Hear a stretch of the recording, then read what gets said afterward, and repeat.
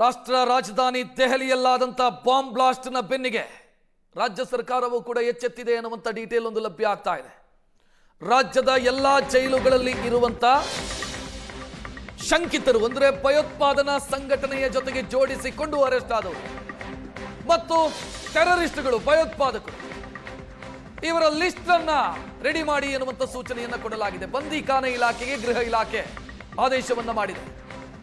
ಈಗಾಗಲೇ ಜೈಲಲ್ಲಿ ಮೊಬೈಲ್ಗಳ ಉಪಯೋಗ ಆಗ್ತಿದೆ. ಜೈಲಲ್ಲೇ ಬಹುತೇಕ ಉಗ್ರರು ನಿರ್ವಿಘ್ನವಾಗಿ ತಮ್ಮ ಚಟುವಟಿಕೆಗಳನ್ನು ಮಾಡ್ತಿದ್ದಾರೆ, ಆಪರೇಟ್ ಮಾಡ್ತಾ ಇದ್ದಾರೆ. ಜೈಲಿಗೆ ಹೋದವರನ್ನು ರ್ಯಾಡಿಕಲೈಸ್ ಮಾಡುವಂತ ಕೆಲಸಗಳಾಗ್ತಾ ಇದೆ.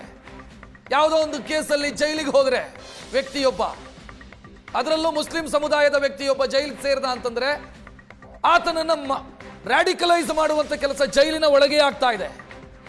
ಹಲವು ಸಂದರ್ಭದಲ್ಲಿ ಈ ವಿಚಾರ ಬೆಳಕಿಗೂ ಕೂಡ ಬಂದಿತ್ತು. ಈಗ ಅಂತ ಚಟುವಟಿಕೆಗಳ ಮೇಲೆ ನಿಗಾ ಇಡೋದಕ್ಕೆ ಯಾರ್ಯಾರು ಭಯೋತ್ಪಾದಕರು ಜೈಲಲ್ಲಿದ್ದಾರೆ, ಅವರ ಆಕ್ಟಿವಿಟೀಸ್ ಏನಿದೆ, ಇದೆಲ್ಲದರ ಬಗ್ಗೆ ನಿಗಾ ಇಡೋದಕ್ಕೆ ಸೂಚನೆಯನ್ನು ಕೊಡಲಾಗಿದೆ.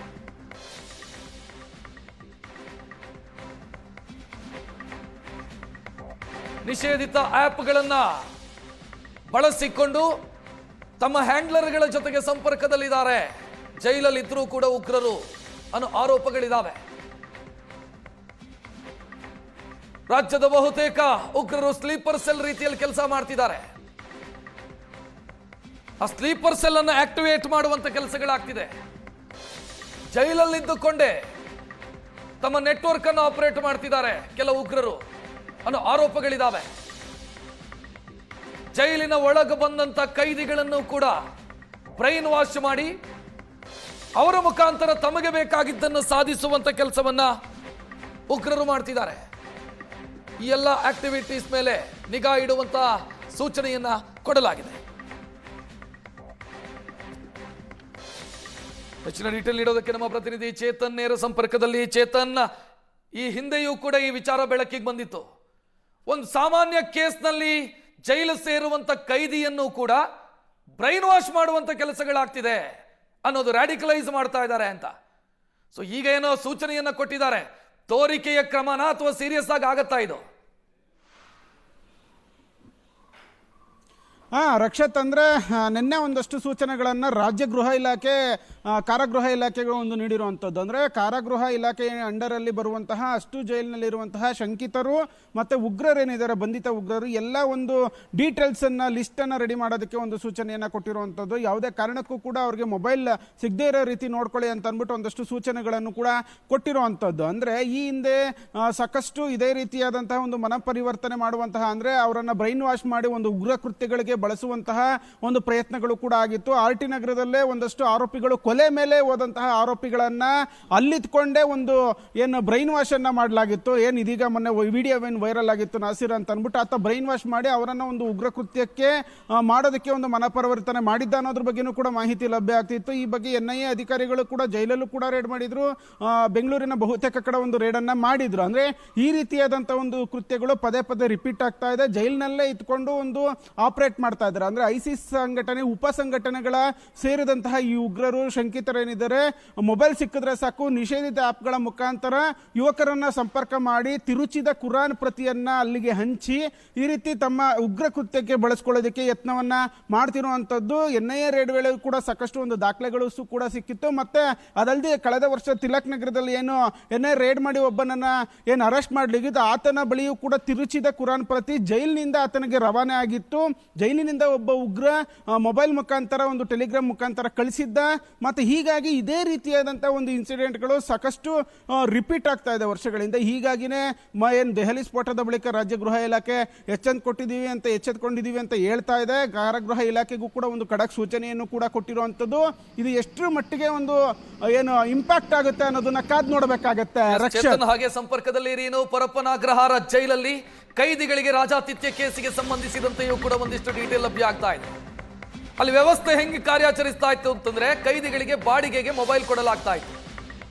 ಅಧಿಕಾರಿಗಳ ಸಹಕಾರದ ಮೂಲಕ ಬಾಡಿಗೆಗೆ ಕೊಡಲಾಗ್ತಾ ಇತ್ತು ಮೊಬೈಲ್ ಅನ್ನ ಬಾಡಿಗೆಗೆ ಕೊಟ್ಟು ಸಂಪಾದನೆಗಿಳಿದಿದ್ರು ಸಿಬ್ಬಂದಿ. ಹೇಗೆ ಅಂತಂದ್ರೆ, ಅರ್ಧ ಗಂಟೆ ಮೊಬೈಲ್ ಬೇಕು ಅಂತಂದ್ರೆ 500 ರೂಪಾಯಿ, 1 ಗಂಟೆ ಮೊಬೈಲ್ ಬೇಕು ಅಂತಂದ್ರೆ 1000 ರೂಪಾಯಿ. ಮೊಬೈಲ್ ಬಾಡಿಗೆಗೆ ಕೊಡೋ ದಂಧೆಯನ್ನು ನಡೆಸ್ತಾ ಇದ್ರು ಒಳಗೆ.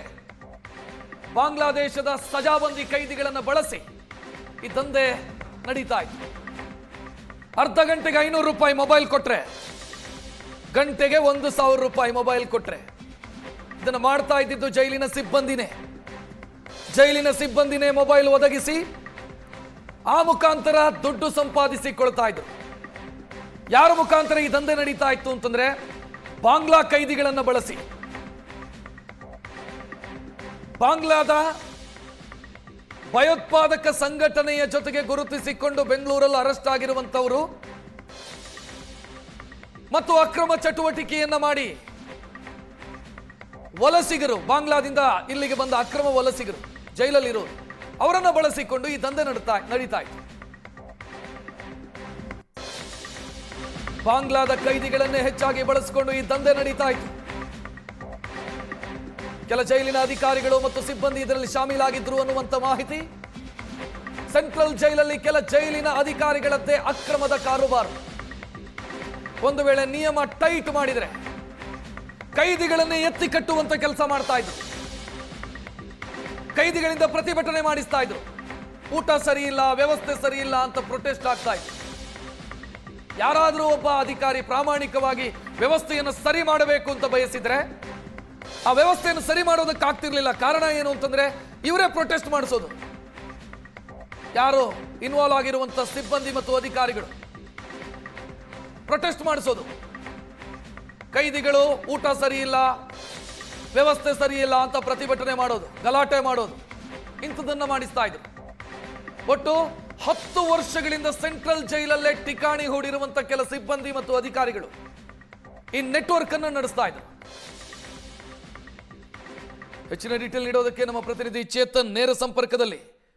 ಚೇತನ್, ಬಹಳ ವರ್ಷಗಳಿಂದ ಜೈಲಲ್ಲೇ ಠಿಕಾಣಿ ಹೂಡೋರನ್ನ ಚೇಂಜ್ ಮಾಡ್ತೀವಿ ಅಂತ ಮೊನ್ನೆ ಹೋಮ್ ಮಿನಿಸ್ಟರ್ ಹೇಳಿದ್ರು.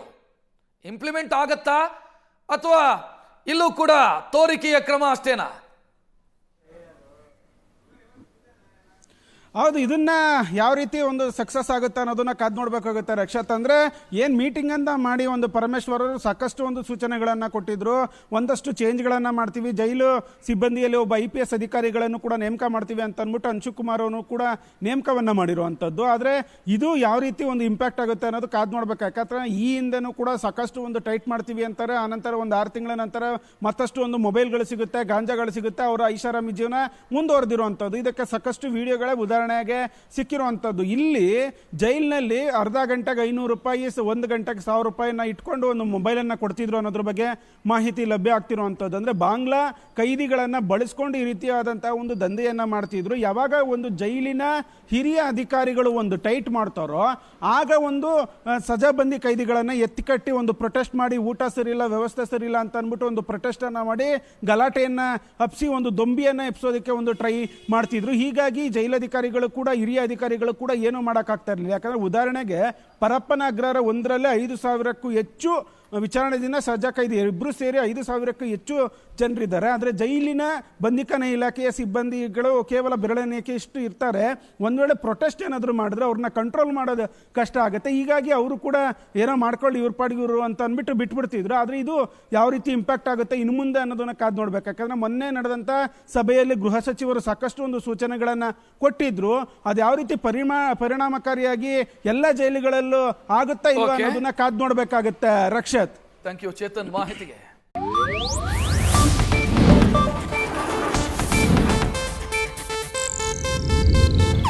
ಇದು ಏಷ್ಯಾನೆಟ್ ನ್ಯೂಸ್ ನೆಟ್ವರ್ಕ್ ಪ್ರಸ್ತುತಿ.